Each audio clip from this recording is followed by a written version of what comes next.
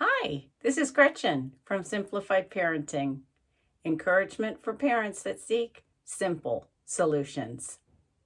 Well, today I'd like to share the idea of toy rotation.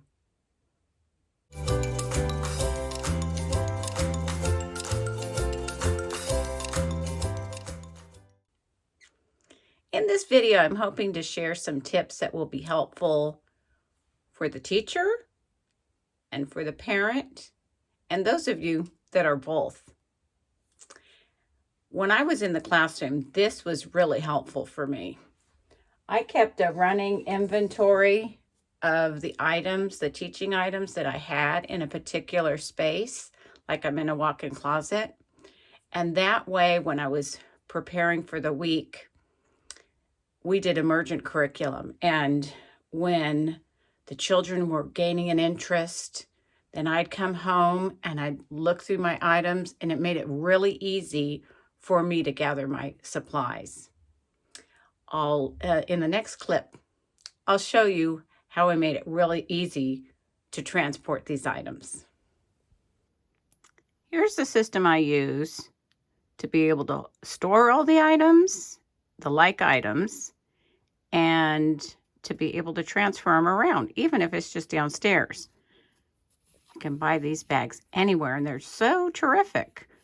Got the handles, nice sturdy fabric, loads of space inside. All Max's train items fit inside there.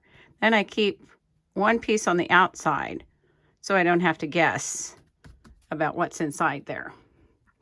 Like here, I have the marbles bag on the outside, and inside are all of Max's marble rent items. You get the idea. What do you think's in there? You're right. It is dinosaur fun. Now, the inventory list primarily will help the teacher. That's what I use primarily as a teacher. But I did use the rotation system both in the classroom and at home with my children, and now with my grandchild. In a moment, I'll go downstairs and show you Max's space where he has his items that he can pull out at any time, because he can't just come up and just pull anything from up here.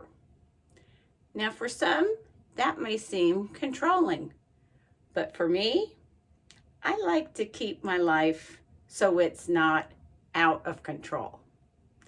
And if I can do things in manageable chunks that's manageable for him to pick up and enjoy, really, because when you have so much stuff, it just gets chaotic.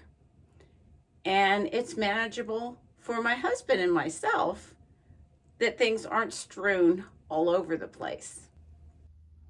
In the garage, I keep the seasonal boxes.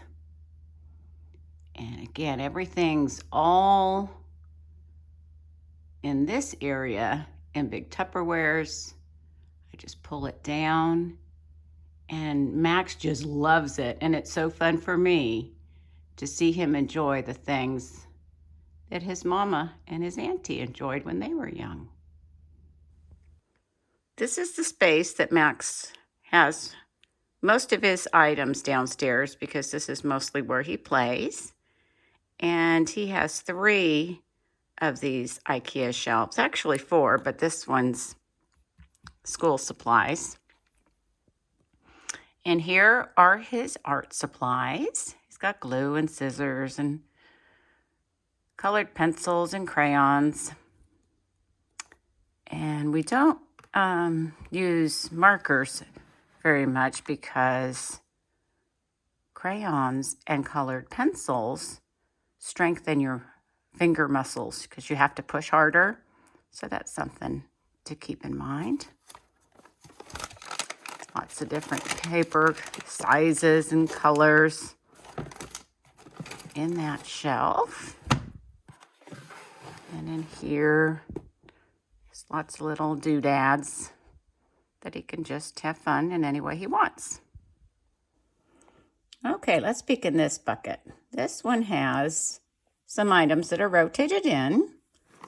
This came out of the winter box, and it has some bells and balls and these snowballs, which we had a great snowball fight with the other day.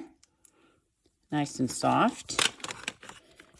And then it also has some things you'd find in a cold and wintry environment. And so figures are not only fun, but they're really open-ended. You can come up with homes and explorations they're on. And then you can watch documentaries and get books out. So figures are great staple for any toy area or play area. And then we always have a building item. So that's that. And then there's Legos in this guy. And Max loves him. This is our silly Dominator. It makes dominoes go straight. Max loves movement. So dominoes are a huge part of his fun. And then I buy these lights in like 100. And they're finger lights. And then he can put those all over the place. We've had such fun with those finger lights. And then also in here is a bunch of gadgets. And I have those in there because when we don't have a whole lot of time, let's say I'm making a quick phone call and we don't need to get a bunch of stuff out and start a whole new project, that he can just kind of do that, get those out, enjoy those, and then it's a quick cleanup. So we can hop off to our next activity. On this last shelf, it has this, which is a staple. This always is available. It's a track. And it glows in the dark, which is really cool. And the car glows in the dark, which is fun. But it's always available because getting out all the Hot Wheels tracks and everything can be a bit of an ordeal. And then he loves balls, so those are always available. I rotate his puzzles. This one's really cool. It has these trucks and then blocks, and then you've got to fit it in there. It just gives me a headache. So those are the pieces. That's how it looks. I do not like puzzles, but he does. So this is fun for him. I rotate his puzzles. And I rotate his books. He always has books he can just look at, and then books that he can read. Another thing you want to make sure you rotate is your reading materials. Whether that's from your home library or your local city library. Make sure throughout the house you have baskets of books and reading materials.